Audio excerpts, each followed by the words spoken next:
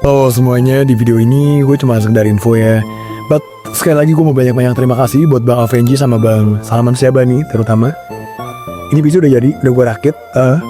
Ya ini udah nyala semua.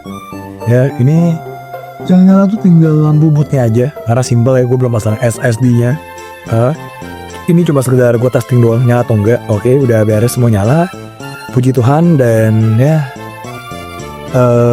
Untuk video lengkapnya nanti deh, sabar dulu deh ya, gue ngejar waktu nih.